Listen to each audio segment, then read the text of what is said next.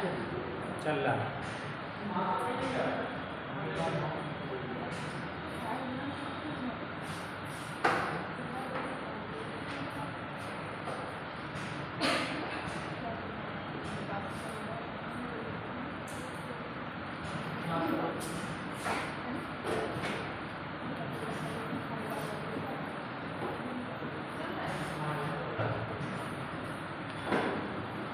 वाष्पीकरण होगा, जब ऊर्जा ज्यादा है तो अधिक वाष्पीकरण होगा।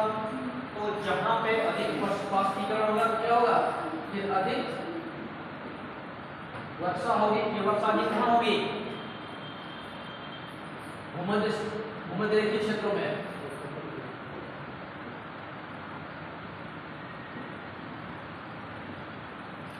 यानी कि जहां पर पहले से ही वर्षा अधिक हो रही है, पहले से ही वर्षा हो रही है, वहीं पर और अधिक वर्षा होगी तो क्या होगा, बाढ़ की समस्या होगी। और अधिक वाष्पीकरण कहां से होगा, मरुस्थलीय क्षेत्रों में। तो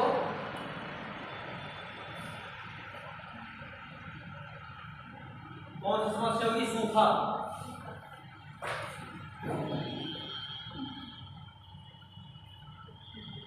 यानी कि जब टेम्परेचर बढ़ेगा, ग्लोबल वार्मिंग होगी, तो बाढ़ और सूखा की समस्या दोनों होगी।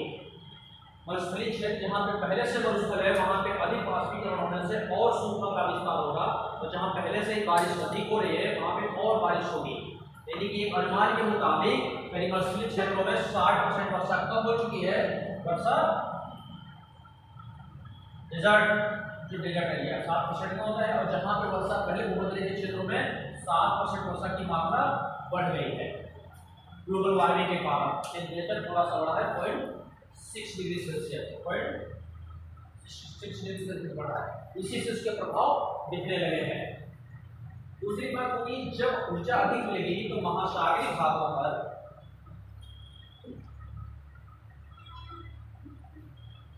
क्या होगा, ज्यादा गर्म होंगे, तो उष्णकटिबंधीय चक्रवात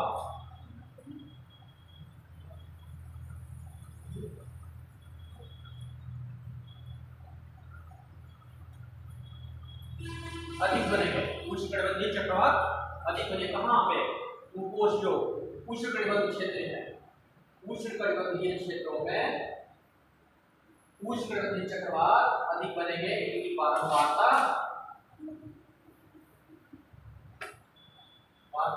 क्या हो जाएगी, बढ़ जाएगी। जब बारंबारता बढ़ जाएगी तो क्या होगा, इनके क्या कहते हैं, उष्णकटिबंधीय चक्रवातों को क्या नाम है इनका, हरिकेन, टाइफून,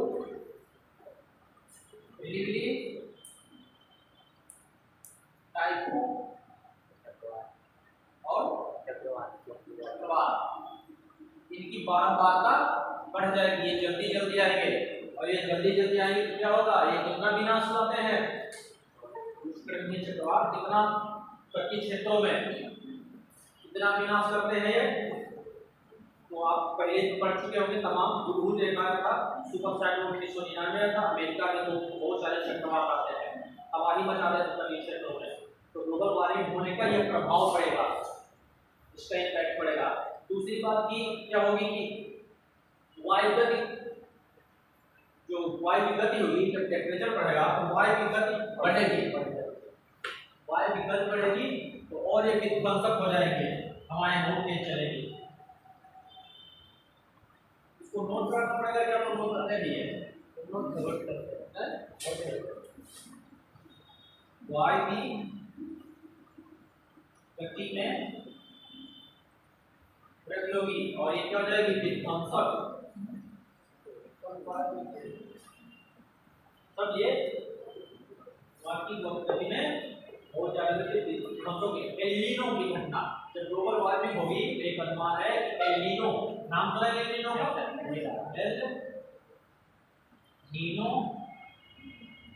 की घटना में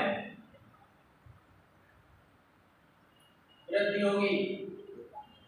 इसका जो चक्र होता है लगभग 7 वर्षों का होता है, 7 वर्षों का चक्र होता है। 7 वर्षों में ये एक बार, औसतन 7 वर्षों में एक बार होती है एल नीनो की घटना।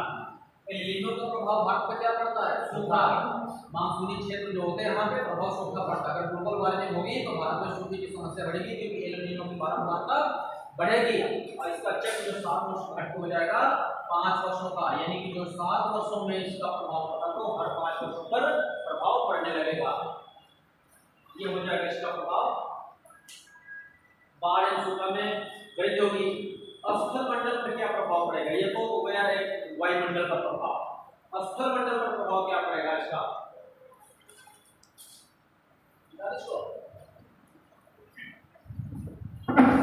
ये तो जलवायु पर प्रभाव पड़ेगा वायुमंडल में।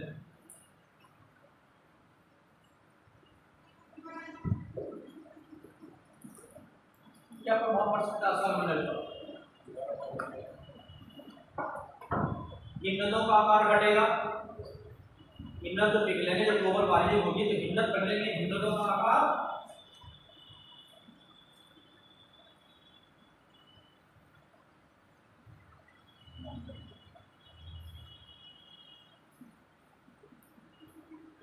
गंगोत्री 2 से 3 किलोमीटर इसका आकार घट चुका है गंगोत्री का।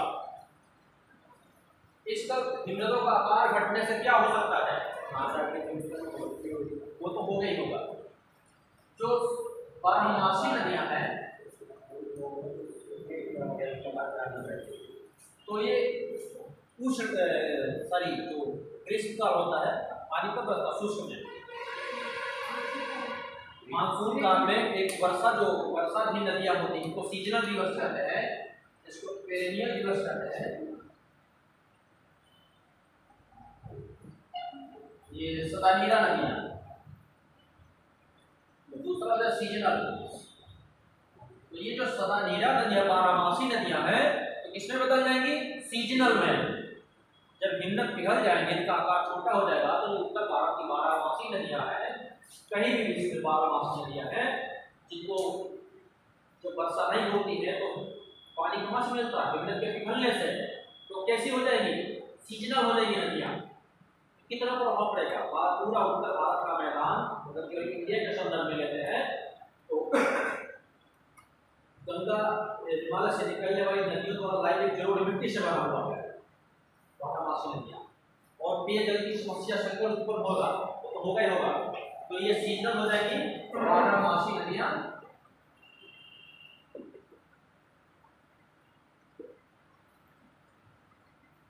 इस काल में पानी की मात्रा कम हो जाएगी, हिमनदों के पिघलने से। वो तो अलग प्रभाव भी देखेगा। अभी तो यही तो हो रहा है, जल चक्र प्रभावित हो जाएगा। स्थल खंड में जब ग्लोबल वार्मिंग होगी, ये तो हिमनद पिघलेंगे, स्थल खंड में शुष्कता में वृद्धि होगी।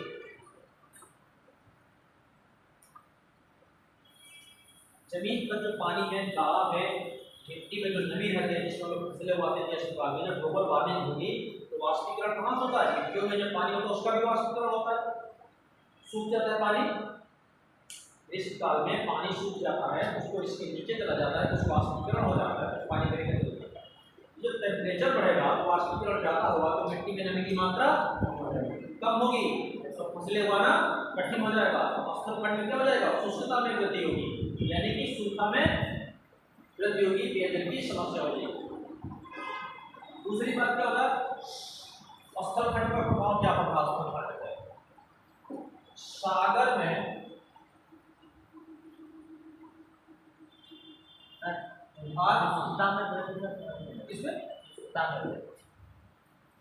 जहां पर गर्मी खूब ज्यादा पड़ेगी तो पानी सूख जाएगा, वाष्पीकरण होता है। जब टेम्परेचर बढ़ता है तो जब तापमान बढ़ेगा, ग्लोबल वार्मिंग होगी, पृथ्वी का औसत तापमान बढ़ेगा तो चलो समुद्र में तो वाष्पीकरण होगा ही। वाष्पीकरण होगा तो जहाँ पे पहले से वर्षा हो रही है वहां पर खूब बादल बनेंगे, फिर बारिश होगी। मरुस्थलीय क्षेत्रों में वाष्पीकरण होगा तो वहां तो पहले से पानी की कमी है और पानी कमी होगी तो वहां पर और सूखा की समस्या होगी। और जहाँ पे पहले पानी का था दक्षिण भारत में, वहाँ पे अभी जो केरल में लगातार बाढ़ें आने लगी है, साउथ इंडिया में, दक्षिण भारत में कुछ वर्षों से बाढ़ें आपको अखबारों में 7% वर्षा में मृत्यु हो गई है। तो भूमध्य रेखीय पेटी जो साल भर वर्षा होती है वहां पे और वर्षा होगी, मरुस्थलीय क्षेत्रों में वर्षा और होगी। लेकिन ये तो मरुस्थलीय और आर्द्र क्षेत्रों की बात नहीं है, ओवरऑल पूरे स्थल पर शुष्कता में वृद्धि होगी, क्योंकि वाष्पीकरण ज्यादा होगा, जो मृदा में नमी होती है वो जल्दी सूखेगी। पहले तो वहाँ पे हाई लो प्रेशर बेल्ट बनेगा ना, तब वहाँ पे तो सर हाई प्रेशर बेल्ट आके बात में बोला हाई प्रेशर हमारे यहाँ पे बात करेंगे, लेकिन वाइड आप और कुछ ऐसा वाइड आप बनेगा ना जहाँ पे तो शुष्कता है। शुष्कता है कि क्या है? शुष्कता है नहीं सर, हवाएं खाली होगी ना वहाँ पे तो शुष्कता बढ़ेगी। जो ऑलरेडी पहले से सूखा है उसमें नहीं मतलब हम अगर राजस्थान के मरुस्थल को बारिश कराने के लिए हवा को ठंडा करना जरूरी होता है। जब तक हवा ठंडी नहीं होगी बारिश नहीं होगी।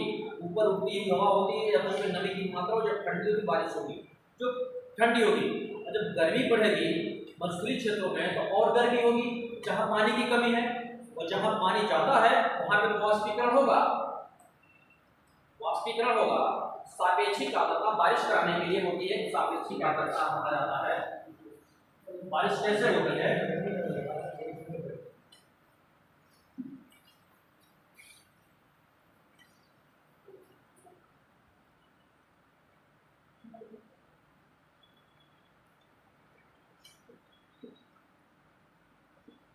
एक घन फुट हवा है, एक घन फुट हवा है। ये मान लीजिए कि 30 डिग्री सेल्सियस टेम्परेचर पे 4.1 ग्रेन, एक ग्रेन आर्द्रता को मापते हैं। आर्द्रता ये धारण कर सकती है। 4.1 घन फीट हवा है, 30 डिग्री सेल्सियस पर आर्द्रता हम मान लेते हैं 4.1 ग्रेन धारण कर सकती है। सापेक्षिक आर्द्रता का फार्मूला होता है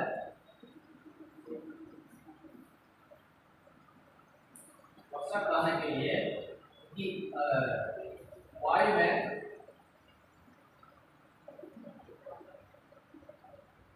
कुल आर्द्रता घटे आर्द्रता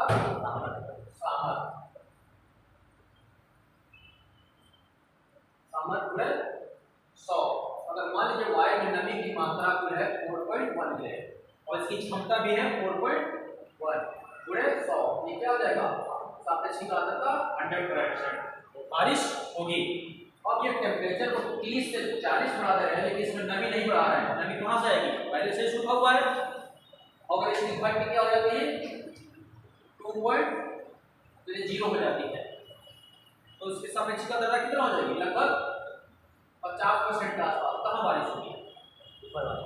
हाँ, बारिश नहीं होगी क्योंकि तापमान जैसे बढ़ेगा 30 से 40 डिग्री सेल्सियस हो जाएगा तो आर्द्रता धारण करने की क्षमता बढ़ जाएगी। उसकी 5.7 हो गई, 5 उसकी आर्द्रता 5.7 होगी। 30-40 डिग्री सेल्सियस पे उसकी क्षमता हो गई 5.7, लेकिन उसमें नमी है ही नहीं ऑलरेडी मरुस्थलीय क्षेत्र में, और नमी कितनी है? 4.1 ही है।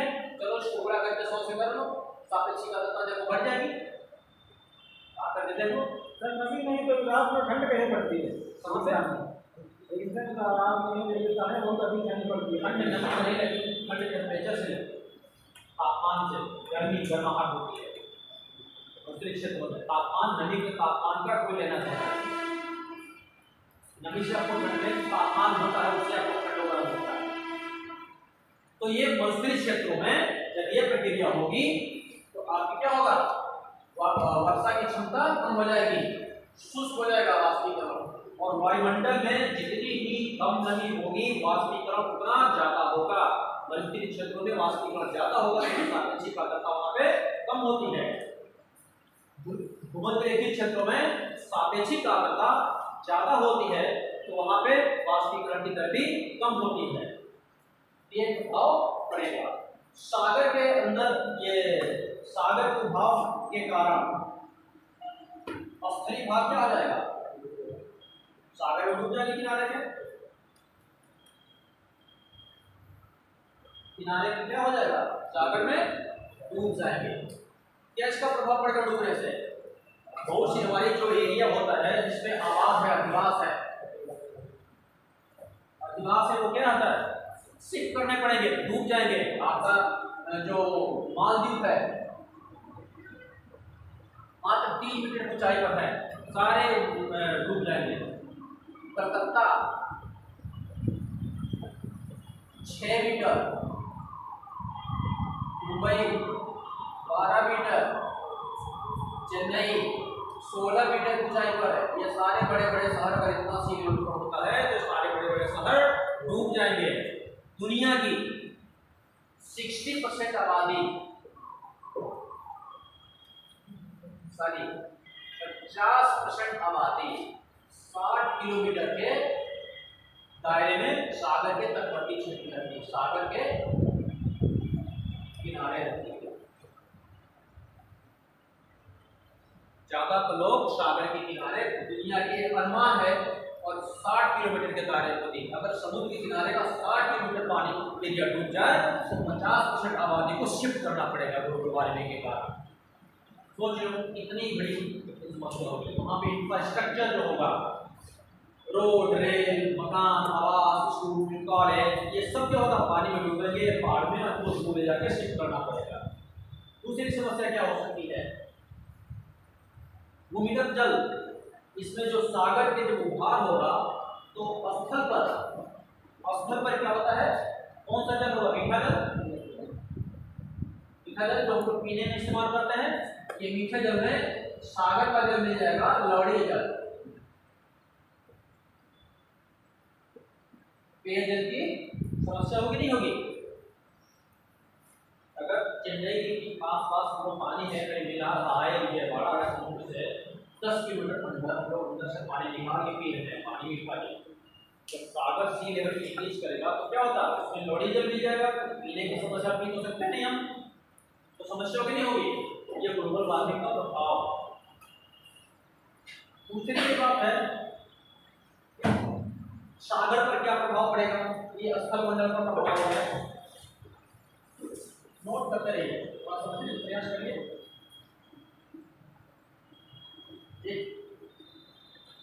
ज्यादातर हम लोग ये समझते हैं हिमालय पिघलेगी, सी लेवल इंक्रीज करेगा, किनारे पे डूब जाएंगे, लेकिन इसके कई परिणाम होते हैं। एक श्रृंखलाबद्ध परिणाम उत्पन्न होते हैं ग्लोबल वार्मिंग के कारण। सागर पर क्या प्रभाव पड़ेगा,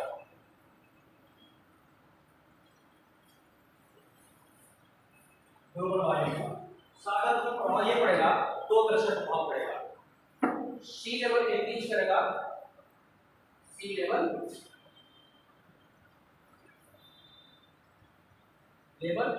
इंक्रीज करेगा तो दो कारणों से होगा।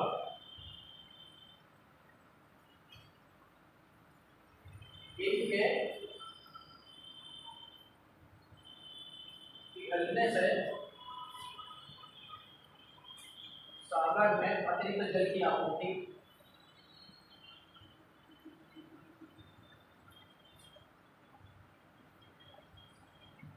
होगी तो क्या होगा, जब अतिरिक्त पानी डाले तो सी लेवल बढ़ेगा कि नहीं बढ़ेगा। दूसरा कारण होगा जल का, सागरी जल का उष्मीय प्रसार। इन दो कारणों से सी लेवल इंक्रीज करेगा। समझ रहे हैं इस चीज को। जब टेम्परेचर जाएगा, सतह गर्म होगी, टेम्परेचर बढ़ेगा तो पानी भी तो गर्म होगा, और जब पानी गर्म होता तो क्या होता है, थोड़ा सा उसका लेवल रुक जाता है। आपको देखा दूध गर्म होता है तो क्या होता है, ऊपर आके गिरने लगता है। इसको उष्मीय प्रसार कहते हैं। किसी भी चीज को जब गर्म करेंगे तो उसमें थोड़ा बहुत प्रसार होता है। तो सी लेवल इंक्रीज करेगा दो कारणों से, एक तो अधिक जल की आपूर्ति होगी, हिमालय पिघलेगी, जो यूटोपिया है उत्तरी ध्रुव दक्षिण ध्रुव में, उनके पिघलने से अधिक पानी उसमें जाएगा, और दूसरा उष्मीय प्रसार होगा, जो पहले से मौजूद पानी है गर्मी के कारण उसमें एक प्रसार होगा। इन दोनों कारणों से सी लेवल इंक्रीज करेगा, सी लेवल इंक्रीज करेगा। और सी लेवल इंक्रीज करने का क्या प्रभाव होगा, निचले द्वीपीय क्षेत्र, तो पहले पढ़ चुके निचले द्वीपीय क्षेत्र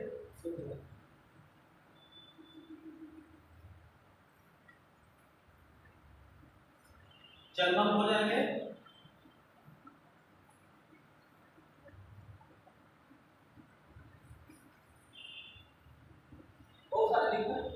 आज का रूटीन तो प्रशांत महासागर, हिंद महासागर और आपके मालदीव में, मालदीव में, अंडमान निकोबार द्वीप में, लक्षद्वीप, ये सब क्या हो जाएंगे, डूब जाएंगे।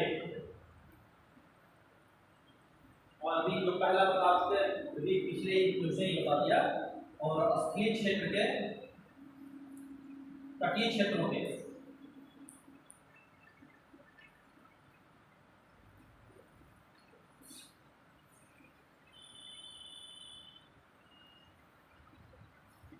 मालूम होने से क्या होगा,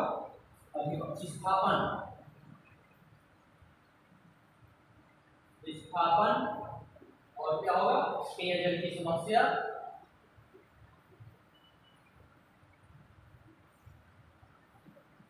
और क्या हो जाएगा, कृषि भूमि में कमी हो जाएगी, कृषि योग्य भूमि में कमी तो होगी। बहुत सारे समुद्र के किनारे ऐसे जमीन है, भूमि है, इसलिए घर तो बने हुए हो, समुद्र के किनारे खेती भी तो हो रही है, नारियल की, धान की, बहुत सारी खेती हो रही है।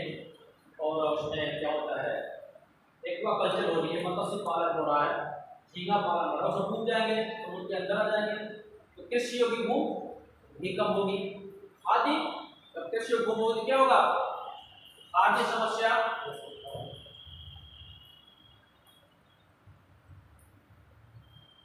खाद्यान्न की समस्या,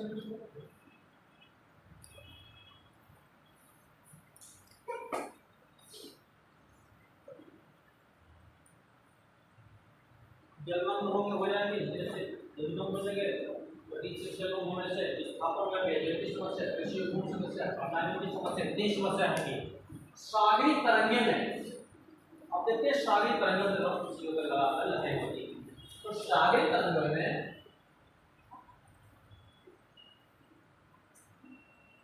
सागरी तरंगें बहुत ऊंची होगी, गर्मी होगी, हवाएं आपने पीछे पड़ा कि पौने विध्वंसक होगी, तीव्रता में वृद्धि होगी, चक्रवात खूब आएंगे, तो चक्रवात आएंगे तो पौने तेज चलेगी और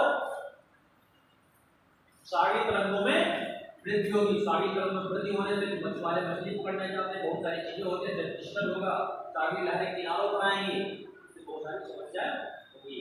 प्रवाल भित्तियां होती हैं, जब ग्लोबल वार्मिंग होती है क्या होता है, कोरल ब्लीचिंग, क्या होगा पानी में, ऊपर लिख रहे हैं इस वाले को लिख रहा है कोरल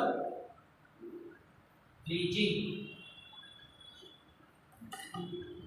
ऐसे लिख रहे हैं ब्लीचिंग, ऐसे लिख रहे हैं कोरल ब्लीचिंग होगी। एक डिग्री सेल्सियस टेम्परेचर बढ़ जाए तो अब सारे 70% प्रवाल भित्तियां नष्ट हो चुकी हैं। कोरल ब्लीचिंग क्या होता है, कोरल जो मूंगा होता है, एक जीव होता है सागरी, ये खाता क्या है, शैवाल। तो जब ये टेम्परेचर होता है तो ये ग्रीन कलर का होता है, ग्रीन कलर होता है इसका, ये कलर इसका सफेद हो जाता है।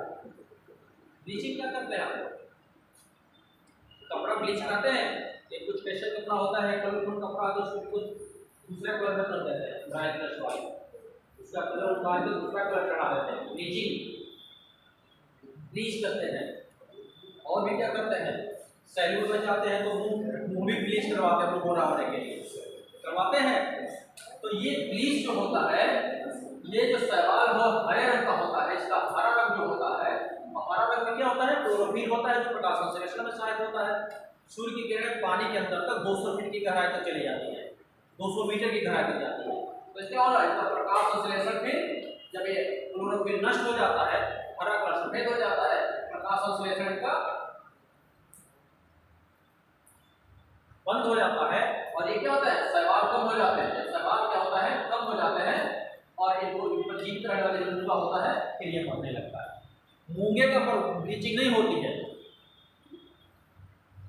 मूंगे की ब्लीचिंग नहीं होती है, शैवाल की ब्लीचिंग होती है, जिसको खाता है, और उनकी जब ब्लीचिंग होने पर फिर प्रकाश संश्लेषण नहीं कर पाता है, और वो फिर शैवाल कम होने लगते हैं, और वो का जब भोजन कम हो जाता है तो अपने आप मरने लगते हैं। नोट लेकर कथा भीतर यस सर तो याद नहीं करता नहीं कर देख रहा है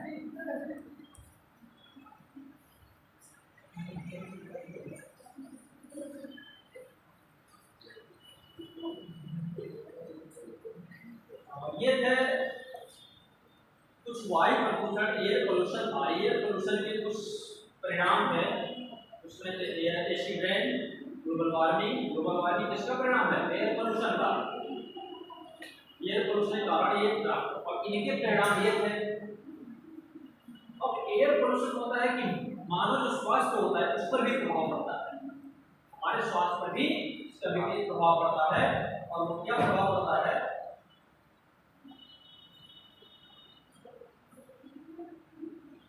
हमने पॉल्यूटेंट्स बताए थे, प्रदूषक pollutants.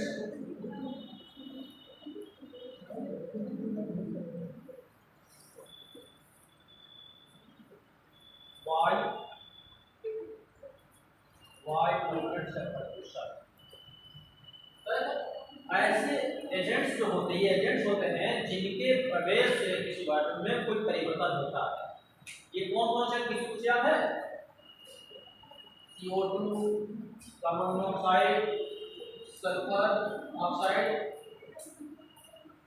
Sulphur dioxide, nitric oxide, SPM, ये सब क्या है?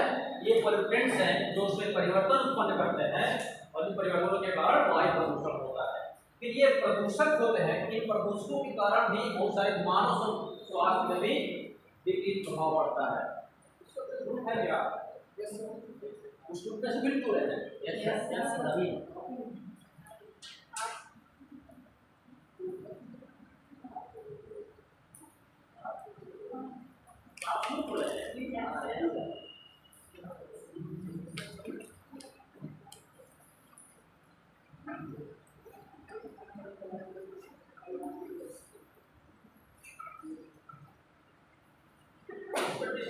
बेहतर है कि मैं इसमें डाल दूं पेपर दे देंगे, डिस्कस ही करते हैं, डिस्कस कर देते हैं पेपर पर। ये इसकी एक लिस्ट है, उस ग्रुप में मैं डाल देता हूं। कौन सा ग्रुप है? यूपीएससी हम लोग सब जोड़ देंगे। हमारा एक नंबर कोई डाल दो, हमारा किसके पास है? मैं हमको दे दे डाल दो, किसके पास है? क्या मेरा उनकी डाल दो, मेरे पास है। व्हाट्सएप, मेरा व्हाट्सएप नंबर है, मेरा सेव कर रखा है व्हाट्सएप, तुम्हारे पे भेज दे।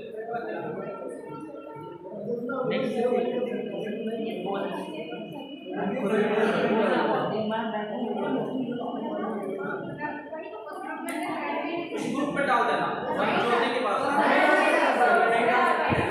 आप किसी टीचर को दीजिएगा वहाँ पे। अभी नहीं है, जैसे थोड़ा सा हम डाल देंगे। सर आप कुलदीप सर को सेंड कर दीजिए। एक अभ्युदय नहीं, यूपीएससी टीचर करके ग्रुप है, पे नहीं उसमें सब लोग हैं।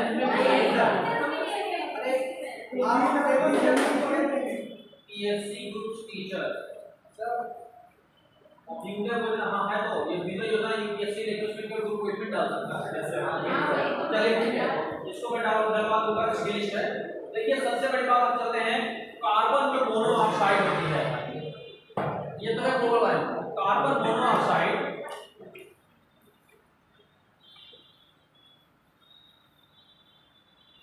ऑक्साइड क्या करती है? ये जो बहुत ही जहरीली गैस है, ये हमारे हीमोग्लोबिन के साथ 250 गुना, जो ऑक्सीजन की तुलना में 200, हीमोग्लोबिन के साथ कार्बन मोनोऑक्साइड ये 250 गुना ज्यादा तेजी से घूमती है। अगर वायुमंडल में कार्बन मोनोऑक्साइड गैस है तो फिर ऑक्सीजन जो होती है हमारे ब्लड के साथ वो कोई कॉम्बिनेशन नहीं बना पाती है, और क्या होता है हमारे शरीर में ऑक्सीजन की मात्रा कम हो जाती है और CO की मात्रा, कार्बन मोनोऑक्साइड की मात्रा ज्यादा। ये बड़ा घातक गैस होती है। आपको ये कुछ ही घंटे में मान लेंगे कार्बन मोनोऑक्साइड गैस ऑक्सीजन की मात्रा, तो ये ज्यादा हीमोग्लोबिन के साथ 250 गुना अधिक इसकी होती है बंधुता, कहते हैं क्या कहते हैं इसको, बंधुता, बैलेंसिंग होती है। क्या करता है ऑक्सीजन? ऑक्सीजन हीमोग्लोबिन के साथ क्या करता है, एक यौगिक बनाता है कमजोर, और जब ब्लड में जाता है तो ऑक्सीजन अलग हो जाता है और बढ़ता है। तो हीमोग्लोबिन क्या है, ऑक्सीजन को होने का काम करता है, परिवहन करने का काम करता है। लेकिन ये जो कार्बन मोनोऑक्साइड गैस है, इसको हटा के ये खुद इसके साथ कॉम्बिनेशन बना लेती है और ऑक्सीजन रह जाती है। और ये जहरीली गैस होती है जो हमारा बनता है, हम लोग जानते जाती है। इसके बाद सल्फर के जो यौगिक होते हैं, सल्फर है,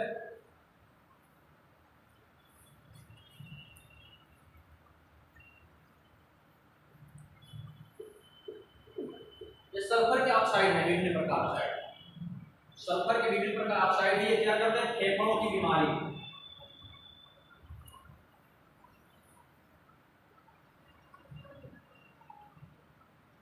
फेफड़ों की बीमारी से बहुत ज्यादा होती है सल्फर से, सांस लेने में समस्या, गलगम, ये सब समस्याएं होती है, फेफड़ों की बीमारी होती है सल्फर से।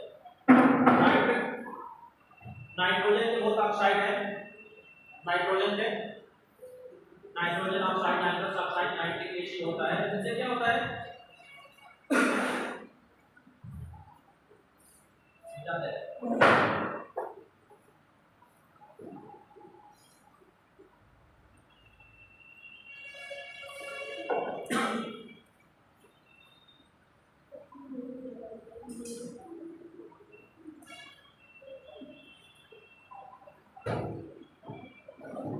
इससे क्या होता है, अगर वायुमंडल में इनकी मात्रा ज्यादा है तो क्या होता है, आंखों में जलन, पादप वृद्धि अवरुद्ध हो जाती है,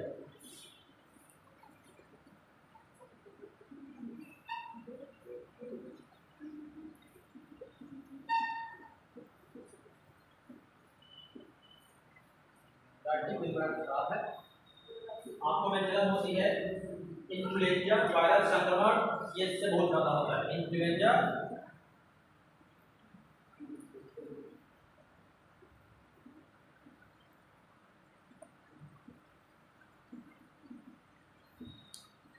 वायरल संक्रमण, जब ये वायु प्रदूषण होता है तो ये समस्या बढ़ जाती है।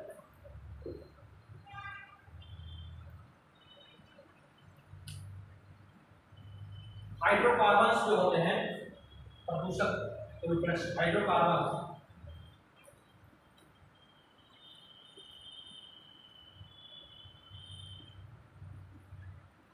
हाइड्रोकार्बन्स कौन कौन आते हैं कोई बताए, methane, butane, propane, benzene, benzopyrene, ये सब क्या करते हैं, इनके संपर्क में आने से कैंसर होता है, इनके संपर्क में आने से कैंसर होता है।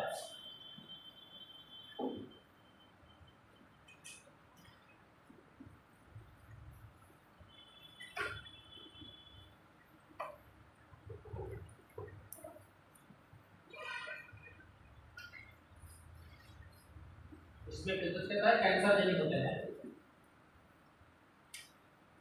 कुछ लोग कहते हैं वो तो तंबाकू कुछ नहीं खाते थे, उनको फेफड़े का कैंसर हो गया, गले का कैंसर, ऐसा नहीं कि वो पान गुटखा सिगरेट पीने से कैंसर होता था, इन प्रदूषणों के कारण, प्रदूषण के कारण ही कैंसर होता है। तो ये जो वायु प्रदूषण करते हैं हाइड्रोकार्बन से वायुमंडल में, मीथेन है, प्रोपेन, बेंजीन, बेंजोपायरीन है, और सारे बहुत वैसे है, प्रोपेन है, ब्यूटेन और प्रोपेन को उसमें इस्तेमाल किया जाता है, आपका गैस होता है जो जलता है, एलपीजी होता है उसमें, ब्यूटेन और प्रोपेन होता है, इनसे क्या होता है कैंसर होता है। अगर ये वायुमंडल में तो जल जाता है तो कोई दिक्कत नहीं, नुकसान नहीं करता, लेकिन अगर ये खुला छोड़ दिया जाए, गैस लीक करे और आपके अंदर जाए, लंबे समय तक संपर्क में रहे, तो क्या होगा, जहाँ पे इन गैसों का उत्पादन होता है और ऑयल रिफाइनरीज है हाइड्रोकार्बन के, तेल शोधनशालाएं हैं, उस क्षेत्र में रहने वाले लोग हैं, अक्सर इसका लीकेज होता रहता है, उसके संपर्क में आने से कैंसर जैसी गंभीर बीमारियां होती है। इसके बाद होता है अकार्बनिक यौगिक होते हैं, जैसे भी बहुत सारी चीजें होती हैं, ये तो कार्बनिक यौगिक है। और कार्बनिक समझ रहे होंगे, और कार्बनिक साइंस पढ़े होंगे, जिसमें कार्बन नहीं होता है और कार्बनिक यौगिक होते हैं।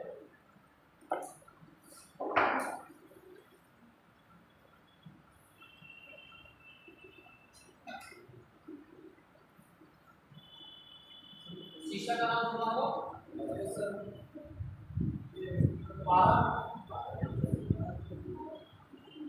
सुना? और हाइड्रोजन सल्फाइड,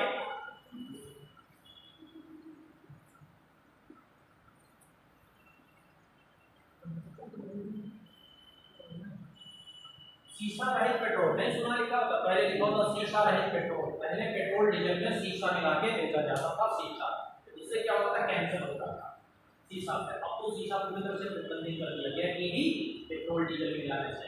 इससे अगर होता है तो श्वसन संबंधी समस्याएं होती हैं, जहरीला होता है, मानव की और उनके जीवों में कैंसर होता है। इन तीनों से क्या होता है? कैंसर होता है, सांस की समस्या होती है। पारा क्या होता है? वाष्पशील होता है।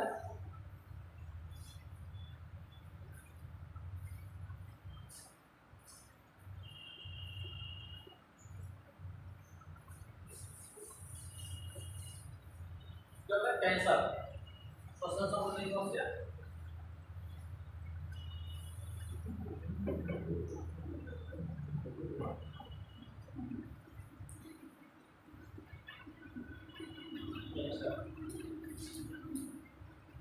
सारी समस्या। एसटीएम, इसके बाद जो आपने पहले बताया एसटीएम, सस्पेंडेड पार्टिकुलेट मैटर्स।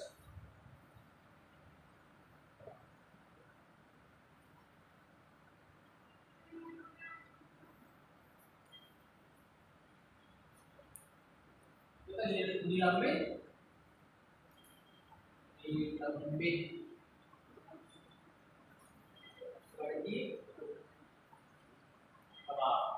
मैं बताया था इनकी साइज 2.5 माइक्रोमीटर वाले जो होते हैं, ये फेफड़े में पहुंच जाते हैं। तो हमारी फेफड़ों की संरचना होती है वैसे होती है।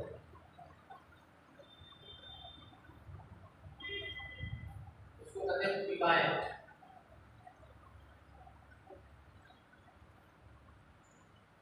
पुपिकाएं ये कहता है, इससे क्या होता है? जब आप कोई चीज घुमावदार होती है तो क्या होता है?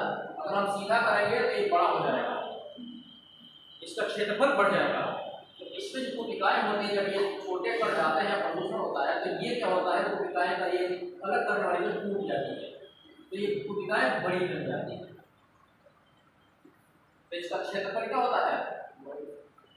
एरिया जो होता है घट जाता है। तो हमारा जो वायु का जो फेफड़ों के माध्यम से ऑक्सीजन और कार्बन का आदान प्रदान होता है, उसको जो करने वाला क्षेत्र होता है, एरिया होता है, वो कम हो जाता है। हमारे फेफड़े को अगर पूरी तरह से फैला जाए, तो पुपिकाएं जो होती हैं फेफड़े का बनेंगे इस तरह से, इनको फैला जाए तो 100 वर्ग मीटर केवल फेफड़ा फैला जाएगा, तो उनका क्षेत्रफल 100 वर्ग मीटर। इनका क्षेत्र घट जाता है, सस्पेंडेड पैडिंग हो जाता है, क्योंकि ये अंदर तक चले जाते हैं।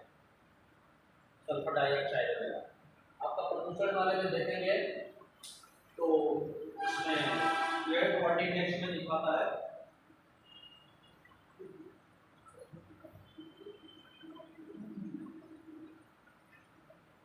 Air quality index 70, air quality index 70 good है।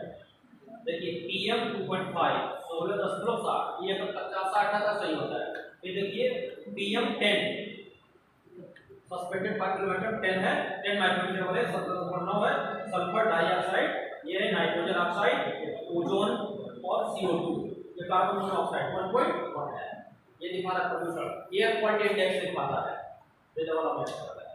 ये सब देखो सब ग्रीन है, जब खतरनाक हो तो पीला फिर लाल कर देता है। Air quality index suspended particulate matters ये होता है। तो इतनी चीजें होती हैं जो हमारे स्वास्थ्य को हानि पहुंचाती है वायु प्रदूषण। इसका वायु प्रदूषण का रोकने का बहुत सारे तरीके हैं, स्टडी करेंगे। ये कहा जाता है कि अगर आप 10 पेड़ों के बीच रहते हैं के बीच रहते हैं तो आपकी आयु 10 साल बढ़ जाएगी, 10 वर्ष बढ़ते हैं। दिल्ली उल्ली में तो एयर इंडेक्स 400 के आसपास, अभी देखा 400, यहाँ पे 200 300 के आसपास रहता था कोई भी जब डस्ट उठती होती है। तो ये बहुत ही नुकसानदायक होती है।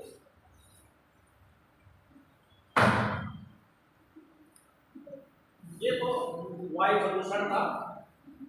एक तो करिए क्यों हो रही है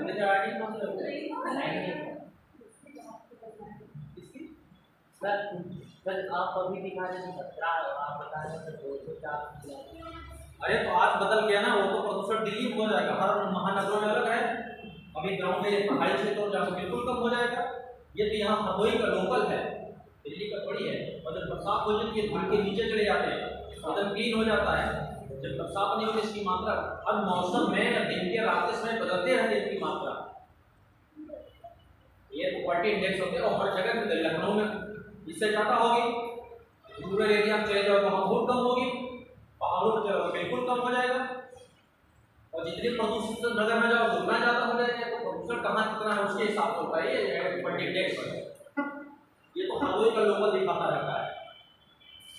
ये आपका मौसम विज्ञान केंद्र है, बहुत सारे जगह होते हैं ये सब दिखाते रहते हैं।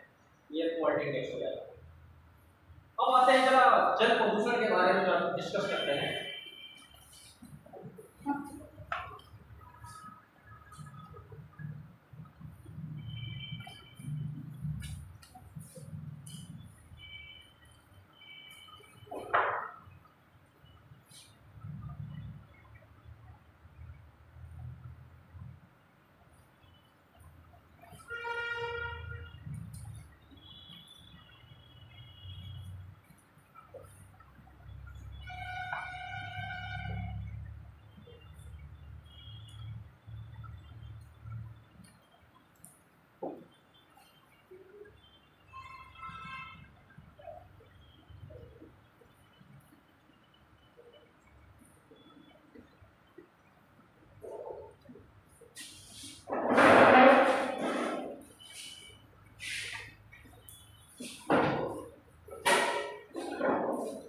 जल के गुणवत्ता में चाहे भौतिक रासायनिक और जैविक गुणवत्ता में कोई भी परिवर्तन जब हम करते हैं तो प्रदूषण होता है। इसमें परिवर्तन लाने वाले जो एजेंट होते हैं, एजेंट या कारक है, उनको क्या कहते हैं? प्रदूषक। प्रदूषक करते हैं। जल के भौतिक गुणवत्ता होती है, रासायनिक गुणवत्ता होती है, जैविक गुणवत्ता होती है। भौतिक गुणवत्ता में क्या होता है? इसका टेम्परेचर हो गया, तापमान हो गया, इसका रंग हो गया, रंग और उसका गंध, स्वाद, ये क्या हो गया? ये सब भौतिक गुणवत्ता हो गया।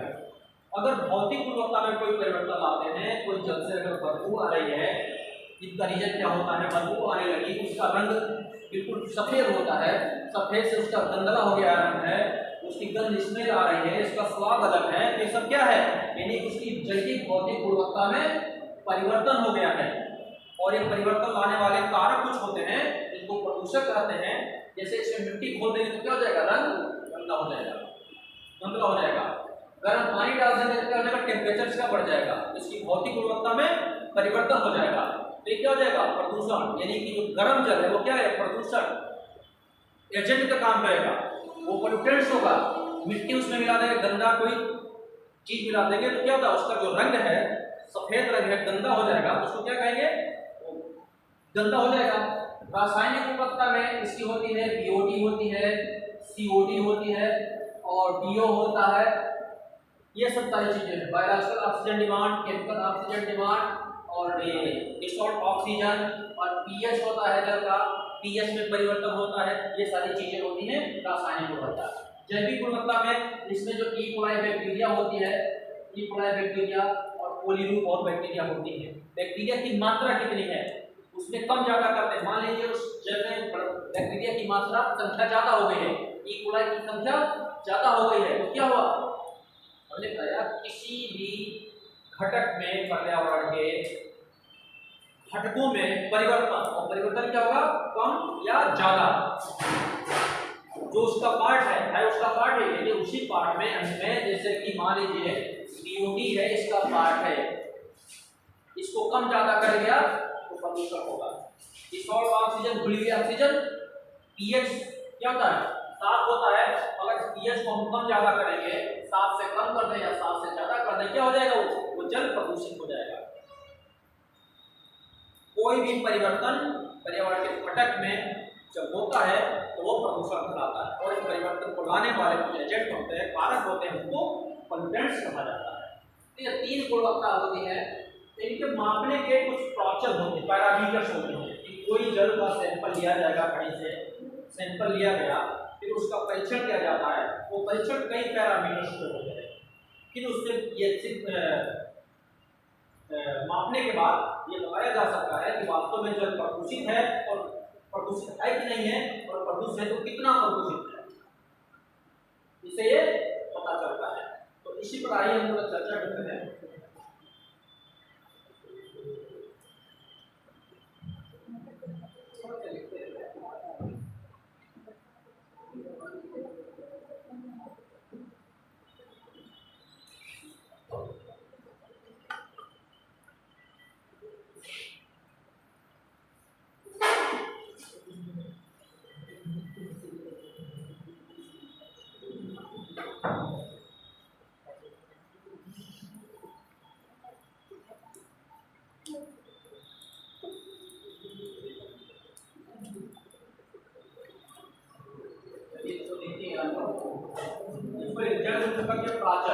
पैरामीटर्स ऑफ वाटर क्वालिटी, जल गुणवत्ता के पैरामीटर। आखिर हम कैसे जानेंगे कि ये जल प्रदूषित है कि नहीं है, तो उस पैरामीटर्स होते हैं, उसको नाप के देखते हैं। आपको बुखार है कि नहीं है तो किससे नापते हैं, थर्मामीटर से नाप के देखते हैं बुखार है कि नहीं है, और है तो कितना है, क्या डिग्री सेल्सियस है। वैसे ही वाटर को देखते हैं प्रदूषित है कि नहीं, अगर है तो कितना है, तो कुछ पैरामीटर्स होते हैं, पैरामीटर्स प्राचल को कहते हैं, प्राचल को लिखिए पहले। जल की गुणवत्ता के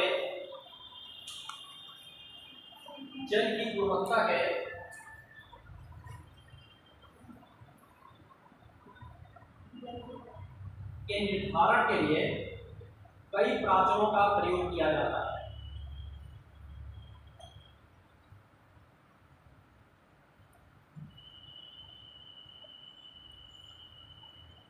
और पानी के नमूनों को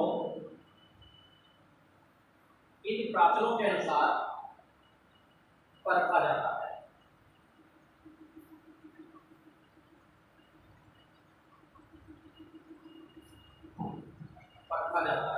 ये प्राचल हैं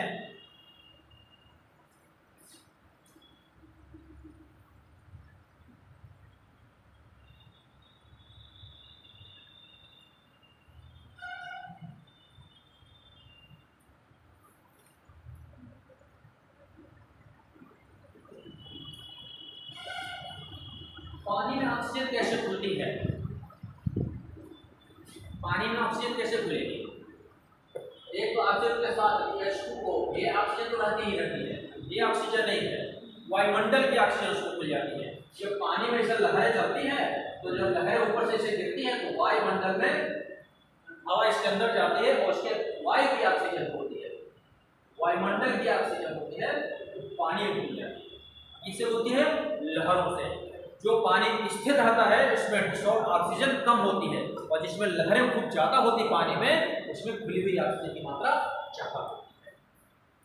खुली हुई ऑक्सीजन, ये समझ लीजिए तालाब के पानी स्थिर है उसमें डिसॉल्व ऑक्सीजन कम होती है, और जिसमें खूब लहरें उठ रही हैं तो वो क्या होता है, लहरें क्या होती है वायुमंडल के जो ऑक्सीजन होती है उसको अपने अंदर लपेट के अंदर खींच कर लेती है। फिर ये ऑक्सीजन फ्यूजन इस्तेमाल करते हैं, ये डिसॉल्व ऑक्सीजन हो गया। एक पैरामीटर इसको मापते हैं, जब इसकी उच्च मात्रा होती है तब माना जाता है कि ऑक्सीजन वो जल क्या होता है, उच्च ऑक्सीजन, खुली हुई उच्च ऑक्सीजन, वो जल शुद्ध है। अगर इसकी मात्रा कम होगी तो वो जल अशुद्ध है। उसके बाद है डीओडी, बायोलॉजिकल, इसको डिस्कस करेंगे, बायोलॉजिकल ऑक्सीजन जैविक ऑक्सीजन मान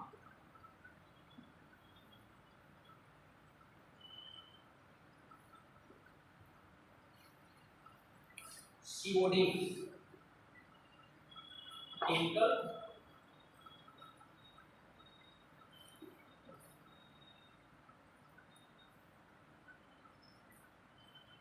रासायनिक ऑक्सीजन मान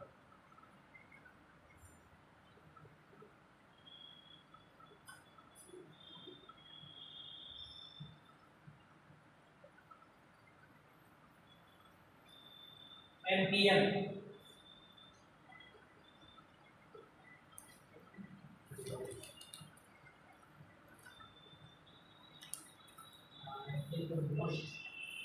most probable number most probable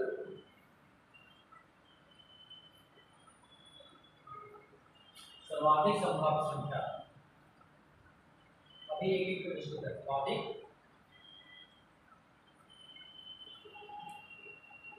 संख्या। फिर एक और बहुत जाना पहचाना नाम है TDS, जानते होंगे TDS टोटल डिसॉल्व सॉलिड्स।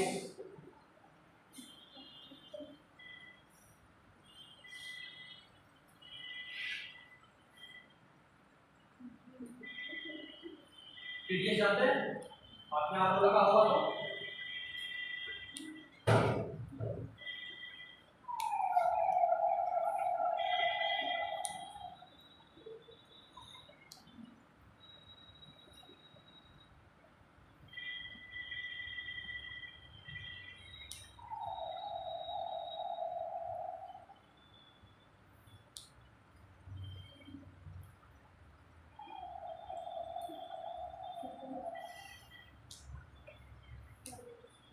इसके अलावा हम जल की गुणवत्ता को कई पैरामीटर में मापते हैं गिने हुए। इसके अलावा आपका है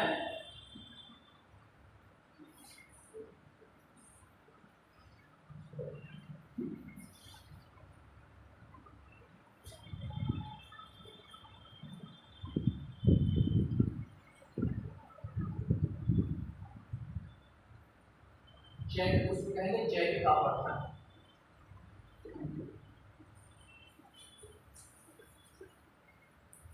eutrophication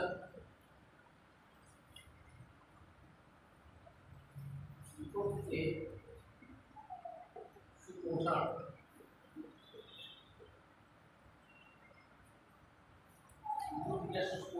AGI algae genus index algae genus index. कितने पैरामीटर पर नाप के देखा जाता है तो जल शुद्ध है, प्रदूषित है कि नहीं प्रदूषित है, एक एक पर भी डिस्कस करते हैं।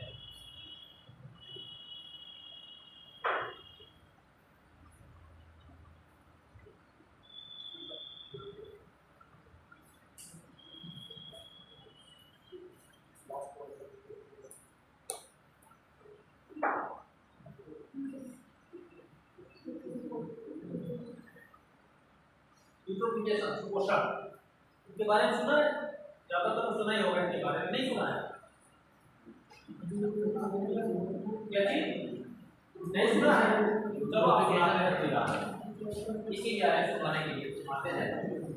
ये लिखिए सब ऊपर वाली छोड़ दो, खाली ऊपर वाली के बारे में डिस्कस करते हैं।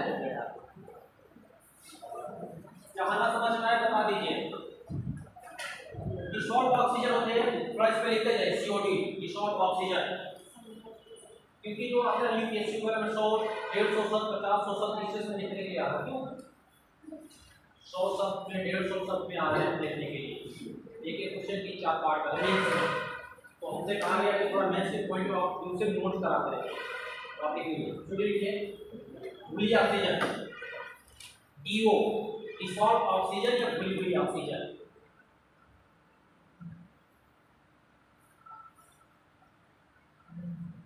जल में घुली हुई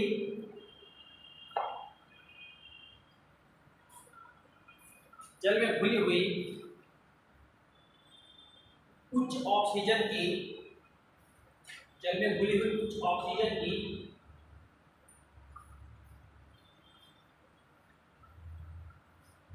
मात्रा का अर्थ है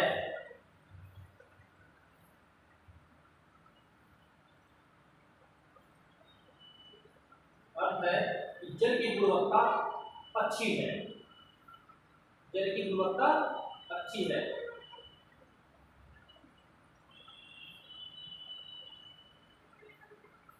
इसकी निम्न मात्रा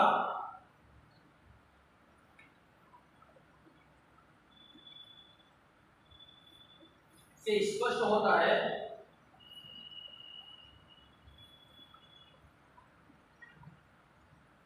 जल का जैविक अपशिष्ट प्रदूषण।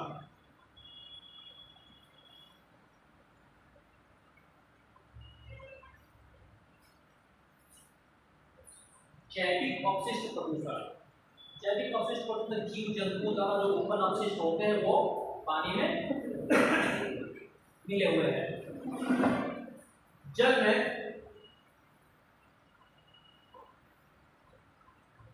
सागरीय लहरों द्वारा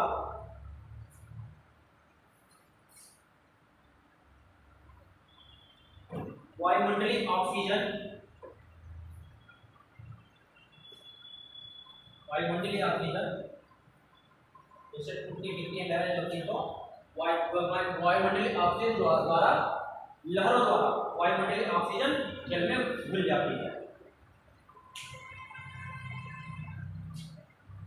शांत जल में, शांत और स्थिर जल में घुली हुई ऑक्सीजन की मात्रा कम होती है।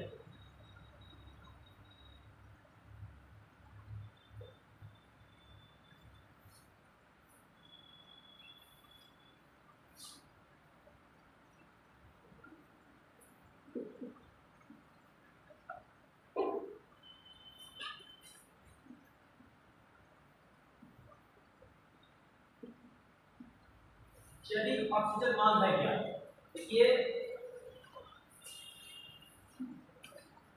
पानी में जब कोई प्रदूषण होता है तो उसका जितना अधिक प्रदूषण होता है उसको अपघटित करने के लिए, डिकम्पोज करने के लिए, क्योंकि ये सारे सूक्ष्म जीव बैक्टीरिया वायरस होते हैं, वो जितना ही अपघटन करते हैं उतना ही ऑक्सीजन की मात्रा जो पानी में होती है वह कम होने लगती है, उसकी डिमांड बढ़ने लगती है। जीव जितने ही सूक्ष्म जीव पानी में जितना सक्रिय होंगे डीओडी उतनी ही ज्यादा होगी, और डीओडी ज्यादा होने के और जीवों के ज्यादा सक्रिय होने का कारण यह है कि उसमें प्रदूषण ज्यादा हुआ है।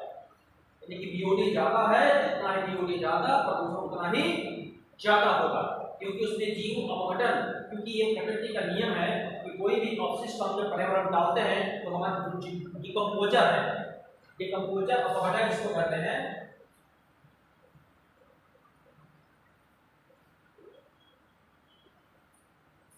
उसको क्या करते हैं छोटे छोटे टुकड़ों में तोड़ के अलग अलग अणुओं परमाणुओं में बदल देते हैं और फिर वो साइकिल का चक्र बन जाता है। कार्बन नाइट्रोजन ऑक्सीजन साइकिल होता है या आपका जो भी हो हर एक चीज साइकिल का ये फिर पर्यावरण के नुकसानदायक नहीं होता है, पर्यावरण के लिए उपयोगी एक वस्तु बन जाता है। ये अपशिष्टों को ये डिकम्पोजर जो अपघटक होते हैं ये बहुत ही काम की चीज होते हैं पर्यावरण के लिए, इको इकोलॉजिकल बैलेंस में ये अच्छी भूमिका निभाते हैं। तो लिखिए जरा दोनों चर्चा करते हैं। डीओडी उस ऑक्सीजन की मांग, डीओडी ऑक्सीजन की वह मांग होती है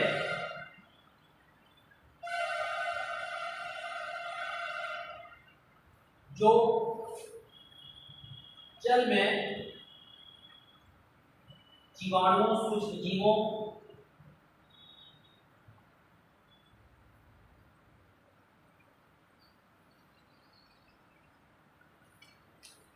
सूक्ष्म जीवों को विभिन्न प्रकार के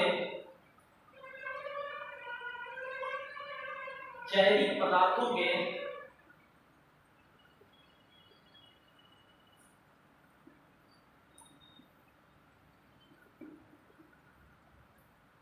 अपघटन के लिए चाहिए।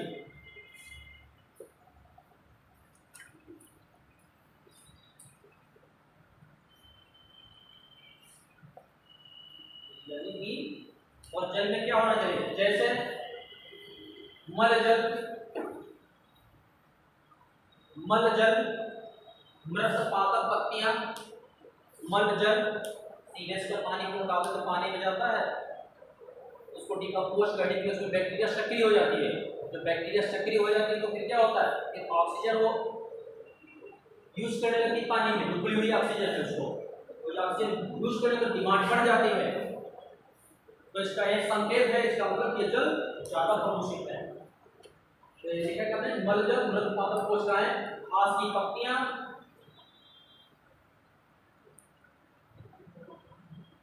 भोजन अपशिष्ट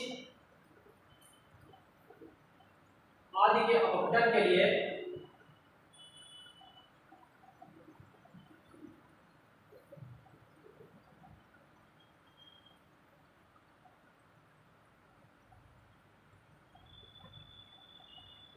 जीवाणु सक्रिय हो जाते हैं और ऑक्सीजन की मांग बढ़ जाती है।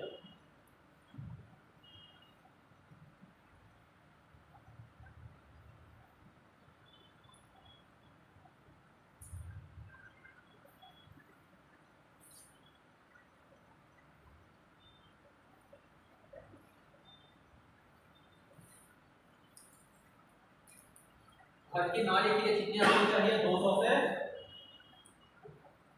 400 चाहिए बीओडी, 200 से 400 प्रति लीटर। घर की नाली के लिए कितना चाहिए बीओडी, 200 से 400।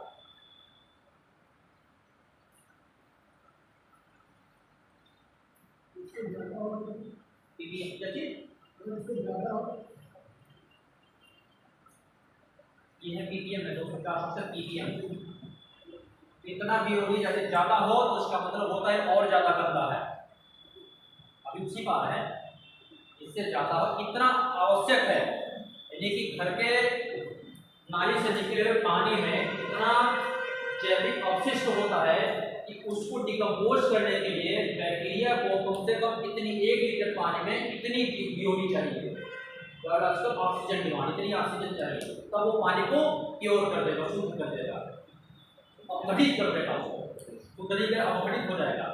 अब आते हैं उसी पर जो कहा जाता है औद्योगिक संस्थानों से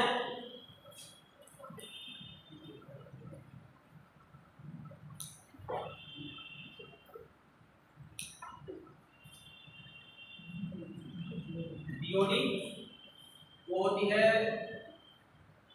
2500 ppm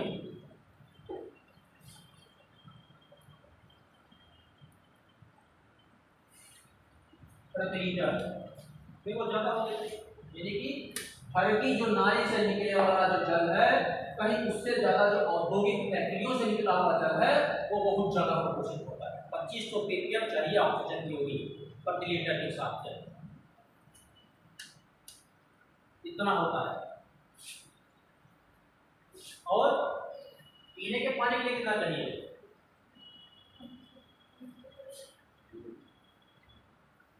पीने वाले पानी के लिए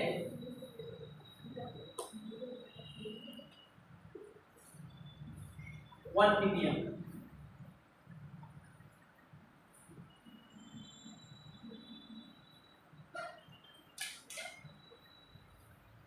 ये कोई नाली कितना है, 1 ppm 200 से 400 ppm, क्या होगा 1 ppm से भी कम चाहिए, बीओडी होना ही नहीं चाहिए, यानी कि इसका मतलब होता है तो हमें जैविक अपशिष्ट है ही नहीं, बिल्कुल शुद्ध पानी है। अगर बीओडी कम है इसका क्या मतलब जैविक अपशिष्ट, यानी कि जो हम बाहर से उसमें पानी में डाल के गंदा करते हैं जैविक अपशिष्ट, उसमें बिल्कुल है ही नहीं है, वो पीने लायक। ये पैरामीटर अभी नापने का, अभी प्रदूषण वही कहा, जब इसको नाप के नमूने लेंगे जगह जगह से, नाले के पानी के नमूने ले लो, फैक्ट्री से ले लो, नदी का ले लो, तालाब का ले लो, ऐसा पानी ले लो, आते हैं देखते हैं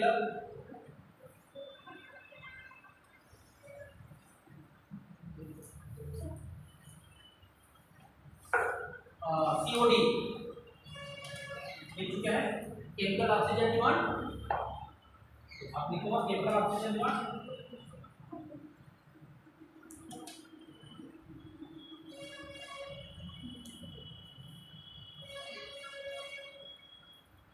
वो तो क्या था, बीओडी था जैविक पदार्थों के अपघटन के लिए। ध्यान दीजिए किसके लिए था बीओडी? जैविक पदार्थ। पानी में जैविक पदार्थ अपशिष्ट है। अपशिष्ट किस होता है, जो कोई उत्पादन कोई कार्य होता है उसके बाद इसमें रासायनिक होता है, केमिकल होता है। इसमें ऐसे होते हैं यानी यह ऑक्सीजन की वह मात्रा होती है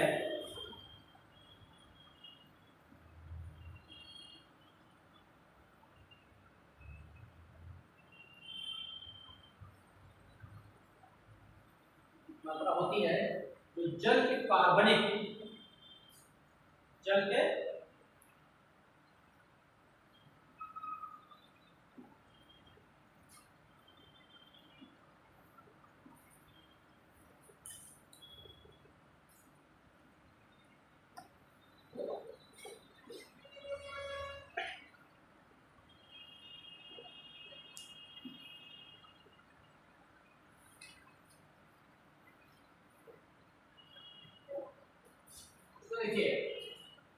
जैविक अपशिष्ट ये होते हैं कार्बनिक और रासायनिक अपशिष्टों के विघटन के लिए, अपघटन के लिए आवश्यक होती है। सीओडी और बीओ2 के अंतर है। तो जैविक पदार्थ होते हैं और ये रासायनिक होते हैं।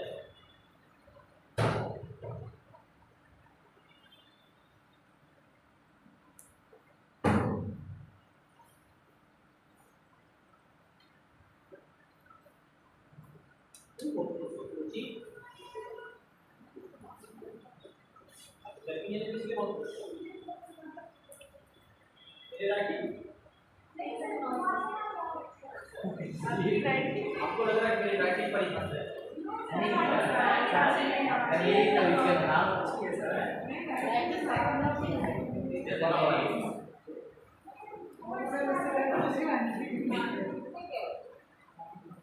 ये वो होते हैं इनके रासायनिक पदार्थों को, जहां से फैक्ट्रियों से निकले हुए रासायनिक पदार्थ होते हैं वहां पे CO2 की मात्रा ज्यादा होती है। देखिए फैक्ट्रियों से, रासायनिक फैक्ट्रियों से निकले बहिस्राव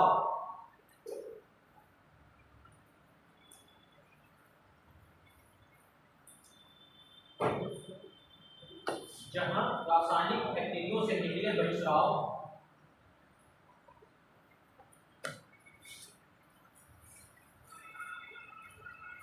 अधिक होते हैं वहां पे CO2 ज्यादा होती है, ऊंचे होते हैं। इसका मतलब क्या हुआ?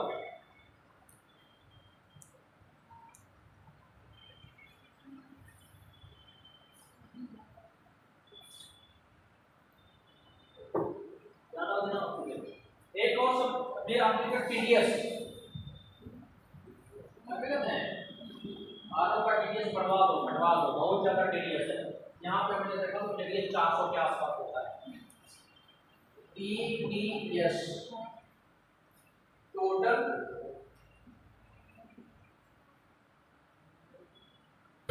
सॉल्ट सॉलिड्स, संपूर्ण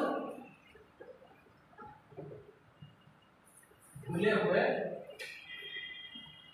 ठोस, TDS ये भी एक पैरामीटर है। वायु के शुद्ध अशुद्ध बनेगा, यही तो ना पता है, रोज पता है लगाने वाले को सीधे तक TDS बहुत जाता है। और लगवा लो तो आप और लगवा लेते हैं।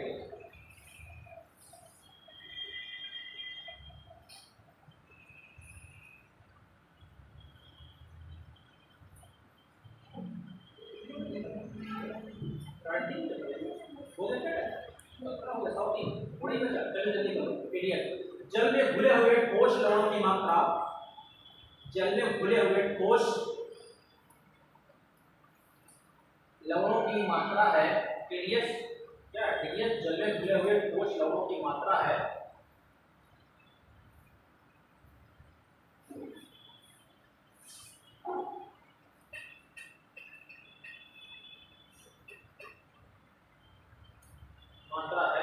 इसको TDS परीक्षण द्वारा मापा जाता है, TDS परीक्षण द्वारा मापा जाता है।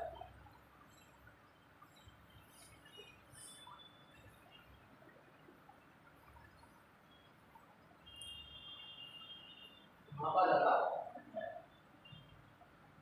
जिसकी जो समझ ना चाहिए बताते चलते हमारे सामने तुरंत डिस्कस करूंगा दूसरे तरीके से, तीसरे तरीके से, आपको समझ में आना चाहिए। आ रहा है समझ? TDS क्या है? तो टोटल घुले हुए उनमें सॉलिड्स होते हैं इसमें बहुत सारे मिनरल्स होते हैं। इसमें देखिए जल की गुणवत्ता देखिए, आगे जल की गुणवत्ता में कैल्शियम क्या कहते हैं, बहुत ज्यादा TDS कम होने से हड्डियां कमजोर हो जाती हैं।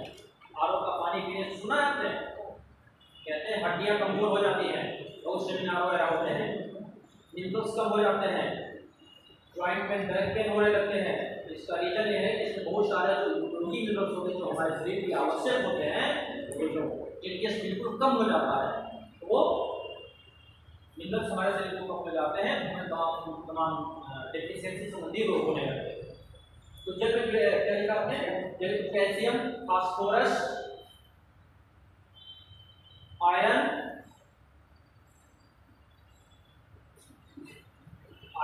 सल्फेट, कार्बोनेट,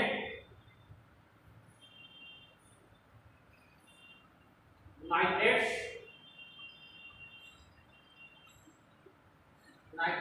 क्लोराइड तथा अन्य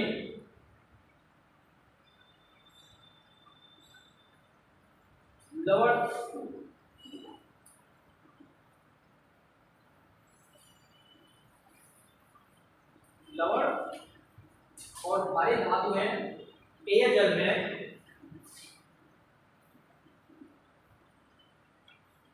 60 ppb होनी चाहिए पार्ट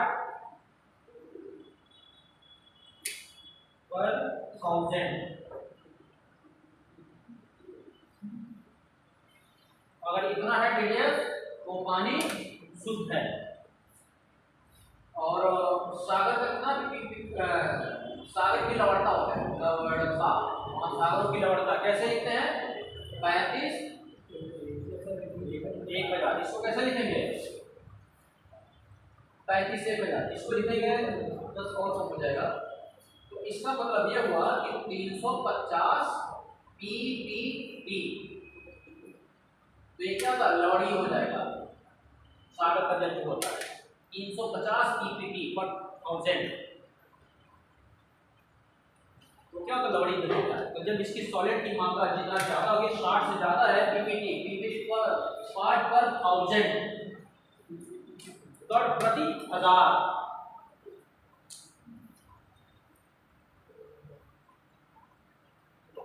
ये 6 हो जाएगा। अगर इसको लिखेंगे ऐसे लिखेंगे 6। परसेंटेज कैसे लिखते हैं? ऐसे लिखते हैं, जैसे 6% है ऐसे लिखेंगे। लेकिन अगर यहाँ पे 2 जीरो कर देंगे तो परसेंटेज नहीं होगा, 1000 में उतना पार्ट, यानी 100 में 6 पार्ट और उतना 1000 में 1 पार्ट, 6 पार्ट। अगर एक और जीरो बढ़ा देंगे तो 1000 के बाद 10,000 में पार्ट। एक ppb से TDS मापते हैं। ये भी एक पैरामीटर है शुद्ध वायु को जानने के सिवाय हमारा जल शुद्ध है कि अशुद्ध है, हमारा पानी शुद्ध है कि अशुद्ध है, ये भी एक तरह का। एक और है पैरामीटर, जरा उसको देख लेते हैं। अभी तुमने देखा ही नहीं कि वायु को प्रदूषित कराया ही नहीं, तो मापने का तरीका सीख रहे हैं। अभी इसको प्रदूषित कराएंगे, फिर उससे बीमारियां करवाएंगे, ठीक करवाएंगे। PN क्या लिखा था आपने? मोस्ट प्रोबेबल नंबर, संपूर्ण संभाव्य संख्या।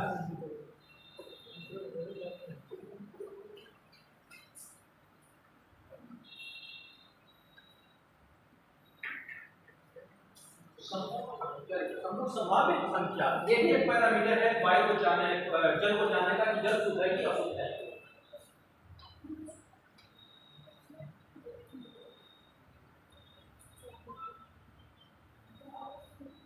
फिर आपने बोला जैविक जैविक अपशिष्टों का प्रदूषण, तो उसको कैसे माप रहे थे हम? यूडी से, जैविक अपशिष्टों का। तो जिस जल में जैविक अपशिष्टों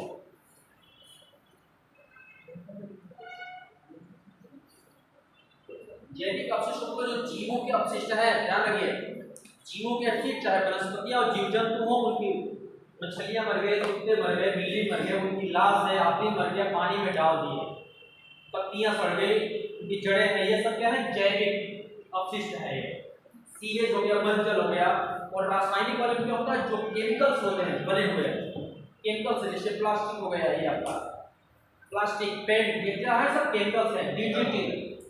डीडीटी, पेस्टिसाइड, हर्बिसाइड, ये सब क्या होता है? सब केमिकल्स हैं। उनकी के लिए सीओडी जरूरत होती है, इनके लिए बीओडी जरूरत होती है। जैविक अपशिष्टों के लिए, जो जीवों से उत्पन्न अपशिष्ट होते हैं, इनके लिए यानी कि अपने जैविक अपशिष्टों का प्रदूषण जो होता है, जैविक अपशिष्टों का के द्वारा प्रदूषण होने पर इसमें क्या होता है? ई कोलाई, कोलीस्वरूप,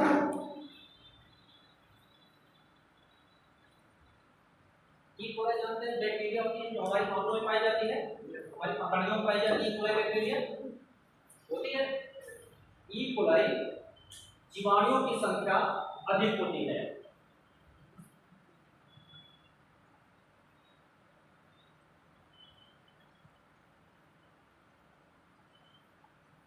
जल प्रदूषित है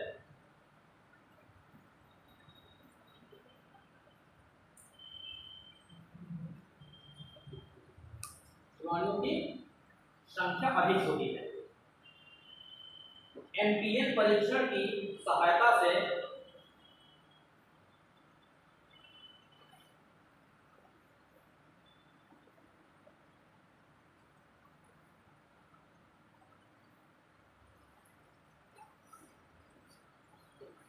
ये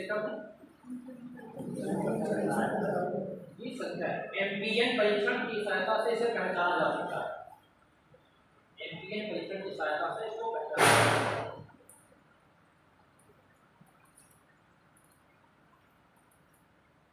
एमपीएन सांख्यिकीय रूप से, एमपीएन सांख्यिकीय रूप में जल में मौजूद इन जीवों की संख्या है। एमपीएन क्या है? संपूर्ण संभाव्य संख्या। ई कोलाई मानव की पकड़ियों में पाया जाता है।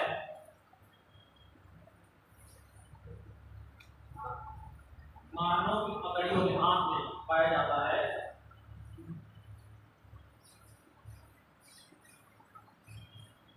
और अगर यह पानी में कहीं पाया जाता है,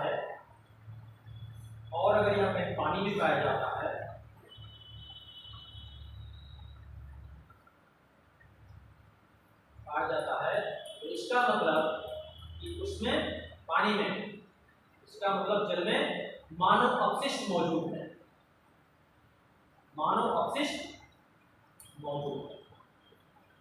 अगर ये कोलाई बैक्टीरिया पानी में पाई जाती है तालाब में, तो समझ जाइए कि मानव है, मलजल है, उसमें कहीं से बह के आया हुआ है। ई कोलाई बैक्टीरिया, इसको एमपीएन कहना आप बता सकते हैं कि वास्तव में प्रदूषित नहीं है, मानव विश्वास जल पे मिली हुई है अगर ई कोलाई बैक्टीरिया पाई जाती है। एक और तरीका आ जाए कोई,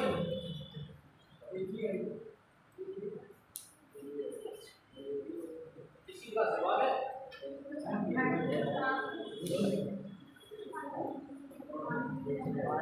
पानी पीने जा रहा है क्या? चारों तरफ पानी पानी क्या है? तो देख रही है। एक थोड़ा सा डिस्कस कर देते हैं उस पे। जैविक आवर्धन, बायोलॉजिकल मैग्निफिकेशन।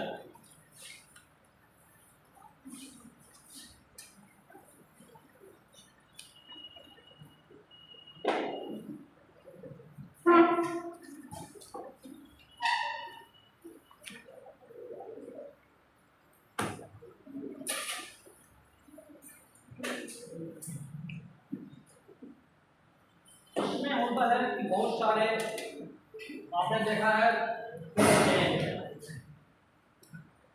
ये हमारा सन है, ये है पौधे। एनर्जी फ्लो पढ़ा होगा, एनर्जी फ्लो इन इकोसिस्टम। पौधे सूर्य से आने वाली किरणों से सन से क्या पौधे बनाते हैं, प्रकाश संश्लेषण कर क्या बनाते हैं, भोजन बनाते हैं। सौर ऊर्जा को किसमें बदल देते हैं, रासायनिक ऊर्जा में। पौधों को कौन सा खाता है, शाकाहारी खाता है। शाकाहारी को कौन खाता है, मांसाहारी। इसको कौन खाता है, सर्वाहारी।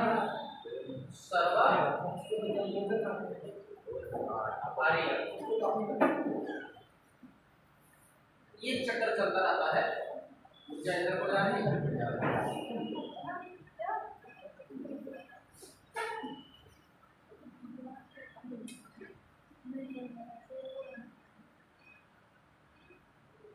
ये चलता रहता है। अब ये बताइए अगर पौधे पर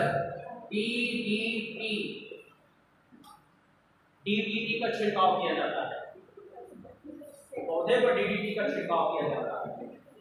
एक इसका एग्जांपल है कि कुत्ता बना पड़ा था, कार्टून था, देखा का ये वही कुत्ता है जिसने उस बिल्ली को काटा था, वो वही बिल्ली थी जिसने उस चूहे को खाई थी, वो वही चूहा था जिसने उस बाली को टुकड़ा था, और वो वही बाली थी, बाली नहीं गेहूं की बात, जिस पर डीडीटी का छिड़काव किया गया।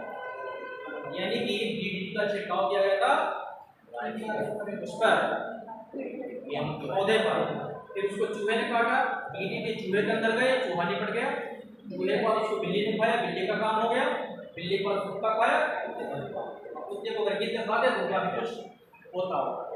एक कार्टून ये बता रहा है, कार्टून का इसका मतलब ये होता है कि जो ये श्रृंखला में, इस खाद्य श्रृंखला में जो कोई अगर विषालु आविष टॉक्सिक प्रवेश करता है तो सभी में होते हुए पहुंच जाता ऊपर। क्या चीज, क्या एनर्जी का फ्लो 10%, एनर्जी फ्लो 10% होता है। वो तो छोड़, उसका कोई मतलब नहीं, वो यहाँ पे इशू नहीं। हम इस पर आ रहे केवल जैविक आवर्धन की बात कर रहे हैं। जैविक आवर्धन क्या होता है इसकी बात करते हैं, वो तो 10% वाली बात छोड़ दीजिए, वो कहीं अलग पड़े इकोसिस्टम है। जब डीडीटी का छिड़काव करते हैं तो इस पौधे पर आता है तो ये कुछ ऐसे केमिकल्स होते हैं, हर्बिसाइड, पेस्टिसाइड होते हैं, हर्बिसाइड्स, पेस्टिसाइड और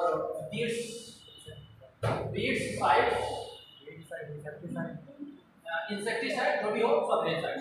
ये क्या होते हैं, ये पानी में नहीं घुलते हैं, ये वसा में घुलनशील होते हैं, वसा में घुलनशील होते हैं। पानी में, अगर पानी में घुलेगा तो हम पानी पिएंगे तो यूरिन के माध्यम से ये निकल जाएगा हमारे से, लेकिन ये वसा में घुलते हैं। तो जब ये कोई खाएगा तो इसके वसा में जो फैट होकर टिश्यू होते हैं, उस टिश्यू में जाके जमा हो जाता है। इसके इसको खाएगा तो इसके टिश्यू में, फिर इसको टिश्यू में। तो डीडीटी की जो मात्रा होती है बढ़ते पोषण स्तर के साथ बढ़ती जाएगी, इसको जैविक आवर्धन कहते हैं। यानी कि इसमें अगर 10 ppm है तो इसमें हो जाएगी 210 ppm, इसमें हो जाएगी 320, एग्जाम्पल है अलग है ppm, इसमें हो जाएगा फिर 400 ppm। यानी कि ये जो डीडीटी है ये बता रहे हैं जब इसमें जाएगी तो सबसे कम मात्रा होगी, लेकिन पोषण स्तर में, ट्रॉफिक लेवल में, इसको पोषण स्तर कहते हैं, बढ़ते पोषण स्तरों के साथ इसकी मात्रा बढ़ती जाएगी। इसी तरह जैविक आवर्धन कहते हैं इसी। तो अगर डीडीटी का छिड़काव किया जाता है या ऐसे जो केमिकल्स हैं जो वसा में घुलनशील हैं, तो सबसे ज्यादा नुकसान किसको पहुंचाएंगे, हम लोगों को पहुंचाएंगे। हमारे फैट में है वो, यहाँ तक कि माताओं के दूध में बच्चे जो पीते हैं उसमें डीडीटी पाया जाता है। फिर ये डीडीटी जब ऊतकों में होता है, ऊतकों से क्या मिलती है, फैट से ऊर्जा मिलती है। जब हम सांस लेते हैं तो ऑक्सीकरण होता है, ऑक्सीडेशन होता है, फिर ऊर्जा क्या होती है, जो फैट जलता है तो उसे ऊर्जा मिलती है। तो जलने के बाद क्या होता है, डीडीटी ब्लड में चली जाती है, ब्लड में जाएगी तो हमारे न्यूरो सिस्टम को प्रभावित करती है। जैविक आवर्धन DDT क्या चीज नर्वस सिस्टम को प्रभाव दे दुष्प्रभाव DDT का क्या होता है हमारे न्यूरो सिस्टम को बेसिकली ज्यादा एक प्रतिबंधित है इस तरह से ऐसा है प्रतिबंधित है इसको जैविक आवर्धन कहा जाता है पानी में एक मिनट जब हम इसको छिड़काव करते हैं तो ये कौन सा जाता है ये तो श्रृंखला है स्थलीय श्रृंखला है स्थलीय श्रृंखला जब पानी में जाएंगे ये डीडीटी घुल के आ जाएगा पानी में इसमें कौन सा होगा शैवाल होंगे छोटे छोटे शैवाल होते हैं इनको कौन सिखाती है छोटी मछलियां कौन सिखाती है फिर बड़ी मछलियों को खाता है पक्षी भी खा लेता है इन मछलियों को पक्षी खाता है और पक्षी को जो खाता है तो ये डीडीटी की मात्रा बढ़ती जाएगी तो ये जल प्रदूषण का इसको जैविक आवर्धन कहते हैं आगे